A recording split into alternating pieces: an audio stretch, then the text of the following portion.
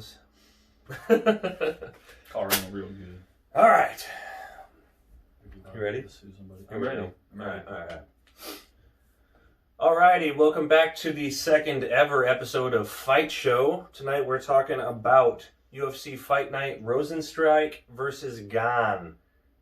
And it's going to be a good one. Before we get into things, I just wanted to talk a little bit about my man Derek Minner. I know. Sorry, bud. I underestimated you last week, but you know, if I went back in time, I'd predicted the same again. So sorry about it, bud. I mean, on paper, that's the right prediction. It's no offense. It's nothing personal. I'm not gonna get offended. Don't beat me up if I see you in Omaha or something. Like, we better start over. That's fine. Run it. Let it out. All right. So first fight here is Alex Caceres versus Kevin Croom. We got some pretty nice little fighters down here. These little fellas. Alex Caceres, been in the UFC since 2011. Had kind of an up and down career. He's fought a lot of tough fucking guys. A lot of tough guys. He fought Uriah Faber. You might know the name. Fought him to a decision, I believe. More recently, he's won 4 out of his last 5 fights. Either by decision or submission, so probably not going to be our knockout artist for the week. But he does have a lot of interesting attacks on the feet, good movement, really fast hands, fast kicks. He's got some crazy spinning attacks he busts out. He's very game. He can take a shot. He's great on the ground. He's got good stand-up. Overall, a solid fighter. He's kind of been sitting in that mid-ground, never really broke into the higher rankings, but he might be on a tear right now, still a young guy. And on the other side, we've got Kevin Croom coming out of Kansas City, kind of close to home for us. What do you think about Kevin Croom? I love Kevin Croom. I would say I love him. I would go so far. He's just super upbeat. He's been trying to get to where he's at for forever. I have him written down as the artist formerly known as the hard-hitting hillbilly because he said he changed his nickname. I think he should keep it. What is he, the tie-dye samurai now? That'd be a good one. I think he went by that at one time. BJJ guy from the looks. I mean, he has like a ridiculous amount of submission wins. I think it was 12 or something. I forget. I didn't write it down. But he has great hands as well. It's tough as nails. He's ready to get in there and fucking brawl. He's gonna bring it to Alex. Anywhere it goes, really. He took his debut on 1 day notice, 36 hours or something. Choked the guy out, 30 seconds, dropped him with a huge left, choked him, snapped his neck off. And then he got his win overturned because he got popped for marijuana, which is it's a bummer. Maybe the dumbest shit ever. Yeah, even though they just said that USADA repealed the whatever, they changed their stance or something. Yeah, but they're not retroactively changing anything, so that was still the rules at the time. So. Yeah. Unfortunate. I don't agree with it. He didn't get his money taken away, so that's whatever. And that's as he said, he doesn't give a fuck. Everybody saw it. Uncle Bobby Dana didn't take his money back, so... Right. Everybody saw him drop that dude. Everybody saw him take his neck home. That's all he cares about. I'm all in favor. I love Kevin Croom. I'm thinking, we're not gonna do that yet. I don't know if I can call weed a performance-enhancing drug, so you can't take anything away from him on that. Yeah, I think it's Kevin ridiculous. Croom, when you watch him, he's kind of got a brawler style, and he's got some really heavy hands, and he's got some sneaky submissions. So there's not like a calculated, slow, ease you into it, wear you down, throw that submission. It's like, oh, you just got rocked, and now he's grappling with you, and suddenly you're getting choked. So he's got really good top control if he gets on top of you. That said, Uriah Faber is a pretty good wrestler. Had a really tough time keeping Alex Caceres on the ground. So it'll be interesting to see what happens there. I'm thinking we're probably going to see a stand-up fight. I picked Alex Caceres for the win. He's got a lot of experience in the UFC. Kevin Croom, very experienced outside the UFC as well. Kind of new to the UFC, but not a new fighter. I think it's going to be a good fight. I think it's going to be a close fight. But I think Caceres probably going to pull out a decision, in my opinion. I can see that. I have Croom. Round 2 submission. Round 2 submission. All right. Just a feeling. Caceres has got some jiu-jitsu too. I don't know. He's a tough guy to submit. Yeah, he's only been submitted by a Gracie. So when he started, his ground game was terrible. His first 2 fights were submission losses. I think maybe even the first 3 or something. 2 or 3, whatever. But he improved like vastly after that.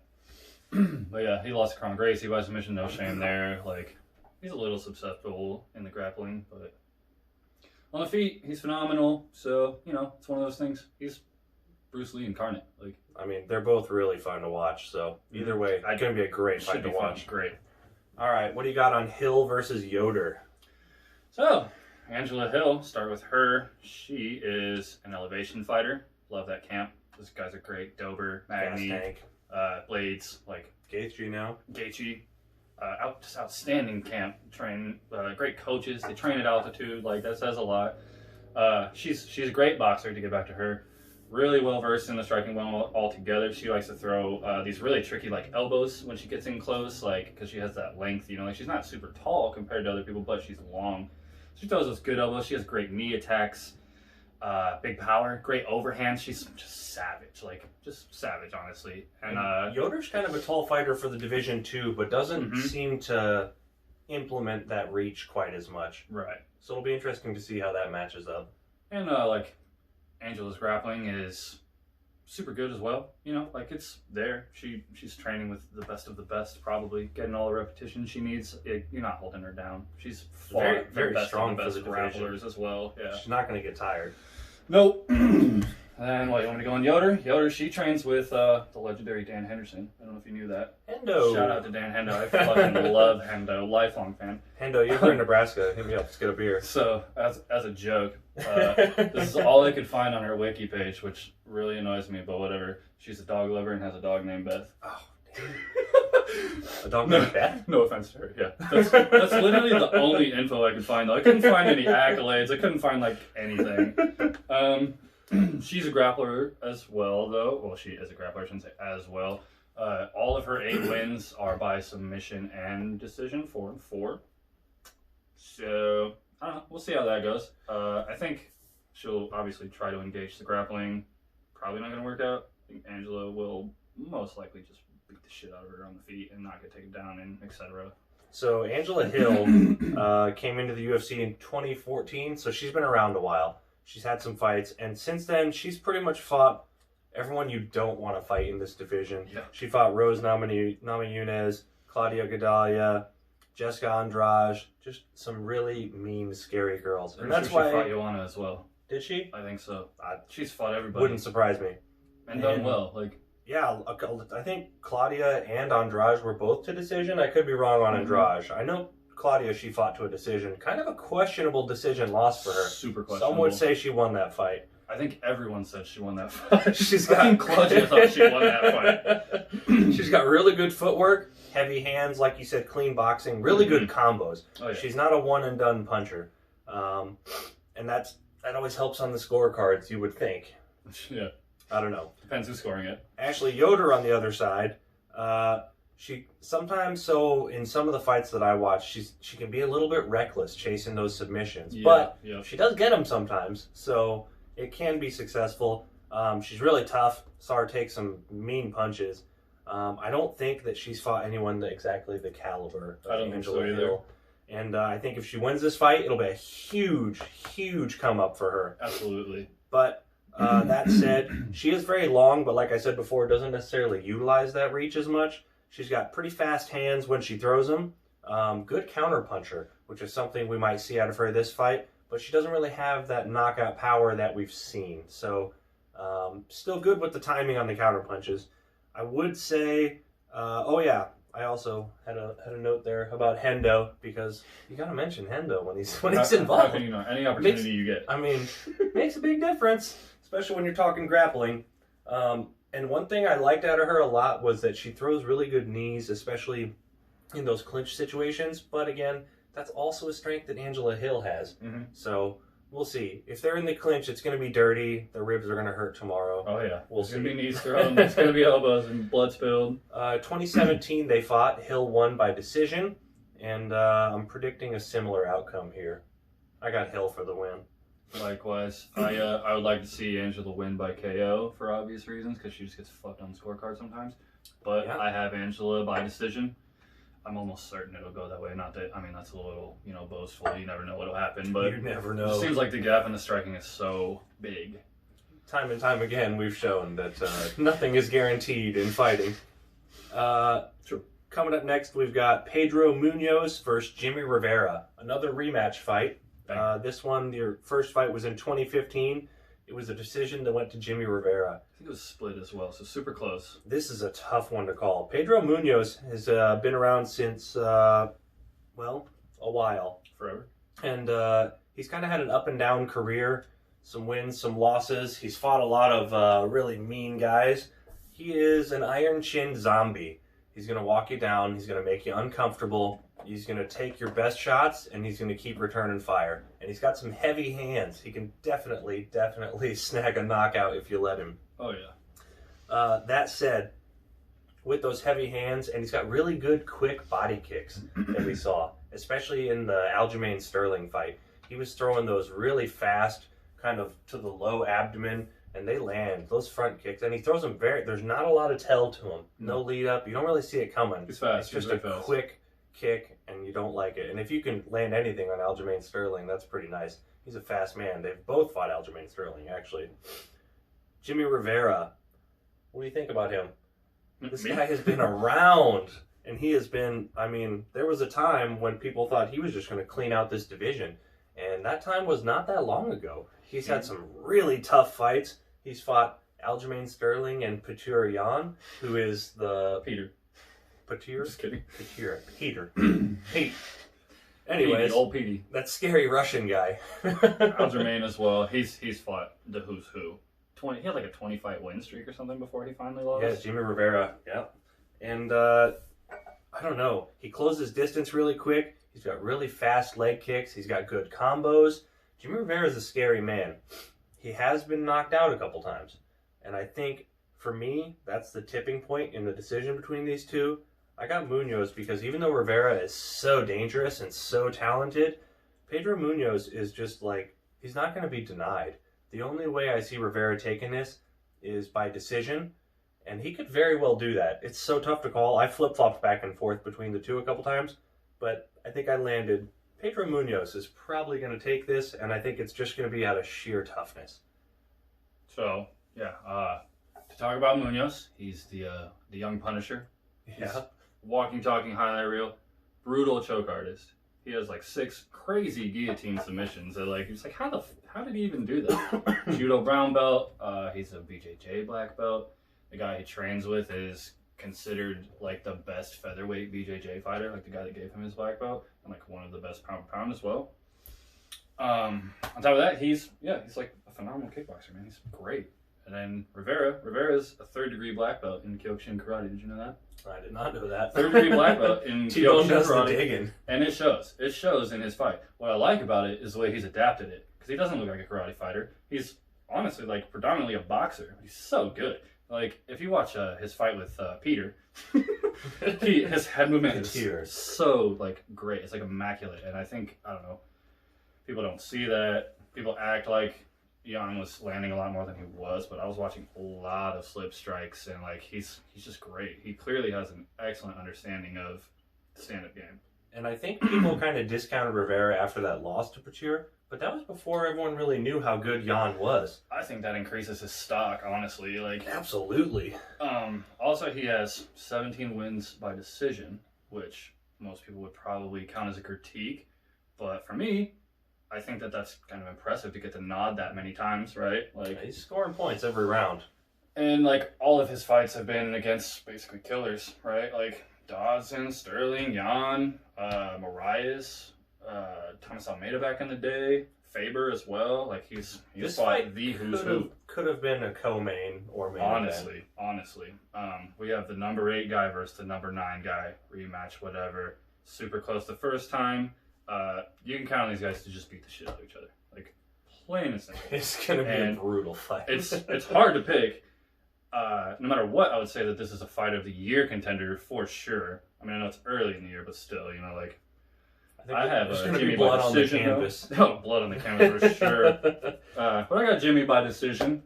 This is maybe because I want him to win, but I could see it going his way. It's like a 50-50. It's a tough one to call. You flip a coin here. But I'm glad we're not picking all the same fighters again this week. Yeah, sure. We didn't plan that, by the way. I just had to. All right.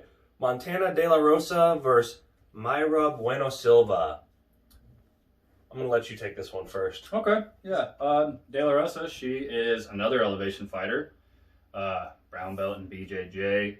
Her husband's a black belt. So I would imagine that she's not far off. She has some good submission skills. She's got some good grappling.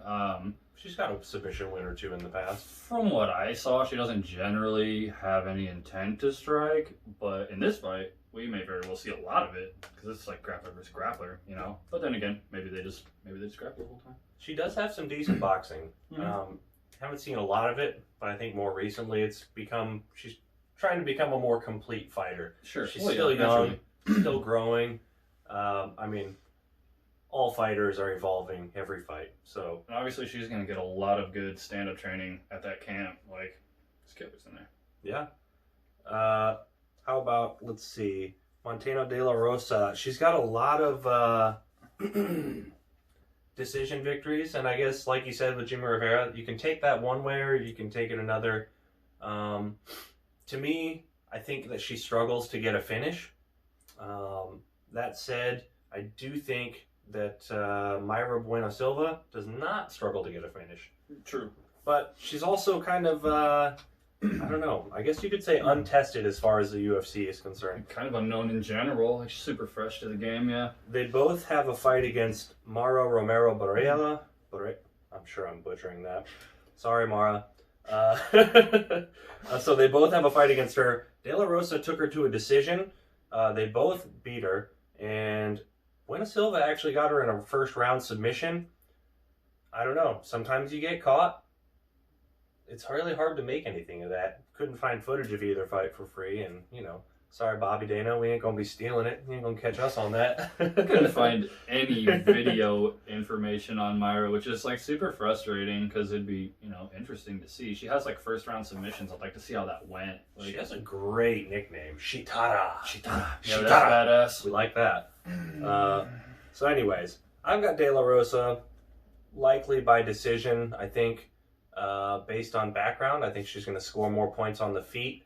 I think that she's got enough experience grappling that she's not going to be an easy submission. I don't know. It was kind of another tough one to call. So we'll see. Yeah. I got De La Rosa, though. She's going to have that full gas tank from training at Elevation. She's got great coaches there. I mean, I don't know. Maybe I'm just more comfortable picking her because I know more about her. Yeah, that's a fair point. Show me something, Mayra. I picked Mayra by submission, but then I literally wrote, I don't know. Because, like, I don't know. Like, based on no information about her, I'm just assuming that she will submit De La Rosa. I don't know. You came here for the info, and we got nothing for you. Just based on looking at her record, I'm like, hey, round one submission, like, yeah, I should probably sub her. I mean, I know. I'm sorry. Very possible. That's so terrible. I like to deep dive, but a lot of people would lie to you, and they wouldn't admit that. But we're telling you, hey, we don't know shit. I'm here for you. I'm here to lie to your face, or not. I'm here to tell you the truth. All right, Nikita Krylov and Magomed Ankalaev. We've got fucking Euro battle over here. Eurofest. Nikita Krylov. He's been around a while, been around a couple years. He had a couple of tough years. So 2018 had a loss to Jan Blachowicz. You might have heard of him. 2019 had a fight against Glover Teixeira that he lost, and actually had a win over OSP. So he's fought some big names. He lost definitely OSP held his own. the first time they fought. They fought twice. Oh, that's two. Oh, well, see. So maybe that's a sign of growth. That's what I'm here for. That's what I'm here for. Yeah, because he beat him the second time around. Choked him out. Most recent fight, Johnny Walker. Johnny Walker. Yeah, well, you know, you're going to get choked sometimes. He beat Johnny Walker. That said, Johnny Walker didn't look to be at his best in that fight. I didn't see that fight, unfortunately. I feel like he came in with half a tank of gas, and Nikita really wore him down. That's that the wrong said, guy to approach like that. He was smart. He came in, I mean, he did his job.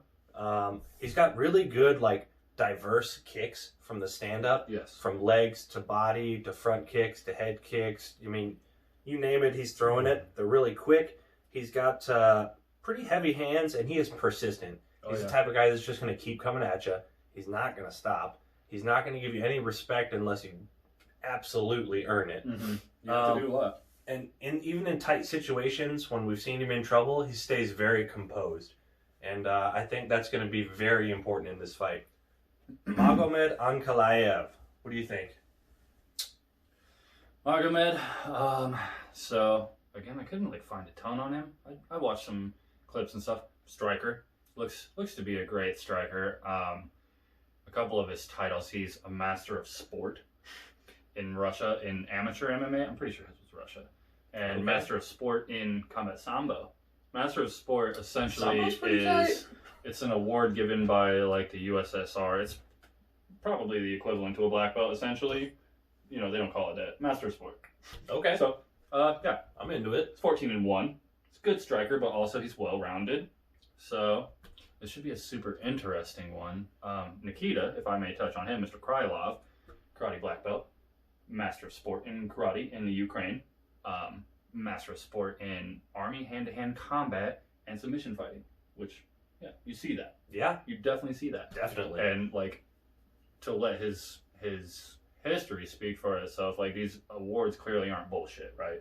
This master sport thing, you think that sounds made up, but he's out there subbing people, not shitty guys either. He's about as legitimate of a threat as anyone out there. Oh, absolutely. Bad motherfucker. Ankalaev, super fit for 205. Yeah, I have underlined here, strong boy. Dude, strong boy. That is definitely true. Yeah. You saw him on his knees pick up Paul Craig. Just do a double leg from his knees, pick him up, toss him over. Brutal. That's okay. Savage. Yeah. Okay. Keep going with the key. I'm sorry. No, that's about all I had. He's super fit 205er, and I like that he's really light and bouncy on his feet. Yeah, he is. You can tell he's put the work in all facets of the sport. He's truly a mixed martial artist. Good footwork. Great footwork. Good bouncy movement. Keeps his head moving. Magomed, heavy hands. Oh, yeah. So he's probably the footage most people have seen. It was a pretty big deal. He came out and knocked out Ian Kudalaba in inside a minute. Yeah. Knocked him right out. Forgot about that. That was a quick one. I'm sorry. Kudalaba did not like that. He was mad. He thought it was an early stoppage. He wanted a rematch. He got a rematch twice in a row, huh? Yeah. And he got knocked out. He probably got knocked out. He got knocked out so bad the first time he didn't even really remember it. He's what is bullshit? Nah, Magomed, he's got some heavy hands. He also, though, got subbed by Paul Craig. He was winning that fight. If you watched it, he was definitely beating Paul Craig up. He's very strong. He just got caught in a good choke, and that'll happen sometimes. True. That said, I gotta go with Nikita. I just think he's a little more balanced. I think that Ankalaev, we'll see. I think this fight is going to be a big defining fight for him. He's definitely got huge potential, and we'll see. But I think I'm going to go with experience on this one, and Nikita's probably going to take it. Yeah, I'm going to agree with you. I assume that they will strike, right? If not, Nikita clearly has grapple advantage. So he's also faced much higher level of competition. So yeah, I have Krylov by KO. I don't really put around because who knows? It could happen right away. It could not happen. It could, who knows? But I got Krylov. I think it's Krylov. Whatever. Yeah, I do think he's going to try and get things to the ground. He's going to be persistent, looking for that takedown, and I think that on the ground he's going to have the advantage. So if he can get that takedown, I think it's going to be a done deal for him. Moving on to the main event. Oh, that was the co-main event, by the way. Right. I don't think we mentioned that. Co-main event. We know what we're doing. It's going to be a great fight. Main event. Rozenstruik versus Gane. So, two guys that, for a main event, now, first of all, I want to say this heavyweight division is it's great right now. Are people sleeping on it or what? Because this is a great division right now. There's a lot of young guys. There was a time when heavyweights looked like heavyweights. And now they just look like giant versions of middleweights. Yeah, man. They're all seriously jacked. They're all super fit. It's ridiculous. How are you 260 pounds and have abs? What's happening? Think about even Derek, dude. Derek was 264 in the last fight, right? Yeah. So the fittest you've seen him. Oh yeah. And crazy. Speaking of Derek Lewis, Shout out to Derek Lewis. If you go back and listen to last week, I don't know if you will. You probably won't. But anyways, I just think people should know that at one point I did say I think that a good avenue to victory for Derek Lewis would be to catch a big ass uppercut. He did say that while he's shooting the takedown. I said it. Double checked. I said it. I didn't think it would happen. I think we both thought that Lance would win because I'm like, that was the logical choice. And like, okay, anyway, let's not talk about that too much. We don't need to dig into that. Back to the main event. Rozenstruik, right, Gane. Right, Rozenstruik. So has not fought a lot of time. He's got more fights than Gane in the UFC, but most of them end really, really quickly. He got knocked out by Ngannou, but in 20 I don't really take anything away from that because that could happen to anybody. It's fucking Francis, and he just charged him. What do you do about that? No, I think he panicked. I think it was a brilliant strategy. It was risky because he could have just as easily gotten caught, but I think Francis was definitely counting on being the more experienced and composed fighter. He knew Rozenstruik had to be, even if he showed none of it, he had to be nervous going into that fight. It was a huge fight for him to get very early in his career, in his UFC career. But the man, he's kind of a little bit of a Derek Lewis type from what I've seen. He's a little more technical. Definitely a heavy-handed counterpuncher. He is very, very dangerous. I don't know. I think maybe it's just however, yeah. I mean, Derek Lewis is deceptive. He's deceptive. I think his casual demeanor makes you feel like he's not as technical as he is, and I think that's a mistake that a lot of people in the heavyweight division have made. Cyril Gane, on the other end of this, is, I mean, just he's like a young Overeem or something. And I don't want to take anything away from Alistair Overeem, but Cyril Gane moves so quick and light on his feet. He's so fast, so precise, in and out, diverse strikes, all sorts of kicks, all sorts of punches. He's patient, composed. He's got very heavy hands. I mean, he's great on the ground. Once he gets you on top of you, you're going to have a bad time. He made Junior Dos Santos look like a failed prospect. And Junior's a bad boy. Junior was a bad boy. Is, but he's taken too many punches from heavyweights. Yeah, it's a thing, man. Even if you do everything right, you fight for long enough, it takes a toll on you. And that's just, But I think the accuracy of Cyril Gane, the speed, I think that it's going to give him a huge advantage in this fight. Sure. I think that he's going to be moving all over the place. He's going to be doing a lot of stuff trying to overwhelm Rozenstruik. And I don't think he's going to be there for Rozenstruik to hit. Rozenstruik's got some fast, powerful hands too. But I think that Gane has fought a lot of guys similar to Rozenstruik. I don't think Rozenstruik has fought many guys like Cyril Gane. I don't think there's a lot of guys like that. There's not a lot of guys like Cyril Gane. Definitely not, man. Definitely not. I honestly, I think Cyril Gane is going to be, he's going to be breaking into the top 5. That's just my opinion. Because what is he, 9th now or something like that? He's in the top 10. He's in the top 10 somewhere. I don't know, but he's about to be climbing up the rankings. I got Cyril Gane taking this.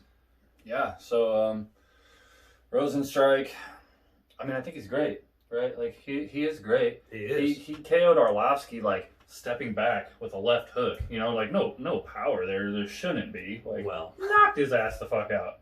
And I mean, okay, it's Arlovsky, another guy that's super punchy, but like heavyweights defy physics. Yeah, deadly power, great precision. But like both these guys are pretty untested as far as other than Rozenstruik fighting like Francis, but like when he did 20 seconds lost by knockout, which okay, yeah, not his fault. But he hasn't had like many other big name fights aside from that. He fought Arlovsky, Overeem, JDS, knocked them all out. But these are guys that have been in the sport for forever. Honestly, I think the only reason the UFC hasn't cut him is because Overeem. There's no heavyweights. Yeah, true. Gane, on the other hand, he's 6'6". Or there wasn't. He's 6'6". He's so big. He just like he's crazily athletic. You just can't even believe it. And he also has the submission skills to round out his game. You know, like nobody even knew that. He arm triangled like a BJJ guy, like his first fight or something. And everybody's like, wait, what? What the fuck's happening here? But got him, and then he had that sick heel hook also. Like, oh yeah. So you know, I mean, so smooth, just perfectly transitioned into it. And you're thinking, oh, he's just going to use that to get up. Nope. That guy didn't see it coming either. He was Nope. like, oh, this sucks. Yep, got right out to that. So yeah, anyway, like both these guys, little untested, but stylistically, it's a great matchup, and this is a good one for the future of where heavyweight will go. Like Rozenstruik's highly rated. He's ranked 4th now. Somehow he's ranked under Blades. I'm gonna bitch about that. I'm gonna bitch a little bit. He dropped below Blades somehow, even though Blades lost and hasn't beat him. Derek Lewis took his spot. They swapped 2 and 4. So I mean, whatever. The rankings are fucked, but that doesn't make sense. Like, it should have been like maybe Derek 2nd and him 3rd or something. Like, whatever. Anyway, I got Gane by KO, by vicious KO. I would imagine. I'm gonna go with TKO. Sure. I don't think Rozenstruik's gonna go out cold, but Yeah, I do think that Cyril is gonna be able to overwhelm him and just put that monstrous athleticism and power on display. Put that heat on him. That being said, that is the other potential for a fight of the night for sure. Like, oh, absolutely. That's why it's the main event. Munoz Rivera for me. It's one of those two for fight of the night. Yeah. There's some bonus checks going home in those 2 fights. Probably both, I would imagine. It's going to be an explosive card all the way up. I don't really see anywhere that the pace is going to slow down too much. Maybe it'll be a little bit more of a calculated grappling game with De La Rosa and Bueno Silva, but, we'll see. So, just to recap, Caceres versus Kroom. I am picking Caceres to win, likely by decision. Kroom, round 2 submission. T-Bone's got Kroom. Shout out to Kroom, man. I hope you get it, bud, if you see this for some reason. I hope you continue to find success. All right, Hill versus Yoder. I think we both picked Hill. Yep. Which is how the first one went. Looking like that's what we're expecting again. Highly likely. Munoz Rivera. We are city divided. I got Munoz.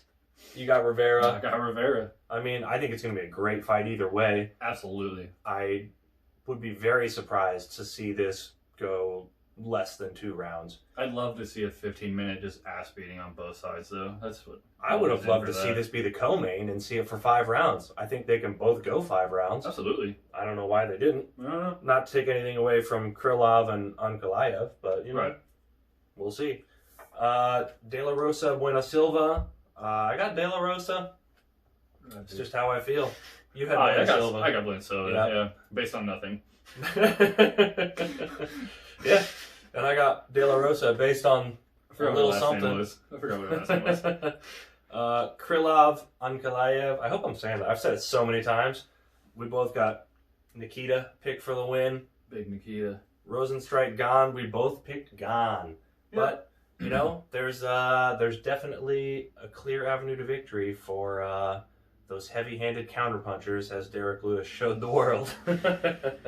Yeah. I think they're both capable of knocking each other out at any time, probably. Absolutely. Let's go with Gane. We got Gane. We got Gane. KO, TKO. Gane's going to get him gone. Gane him away. All right. That's all we got for Fight Show. Peace out.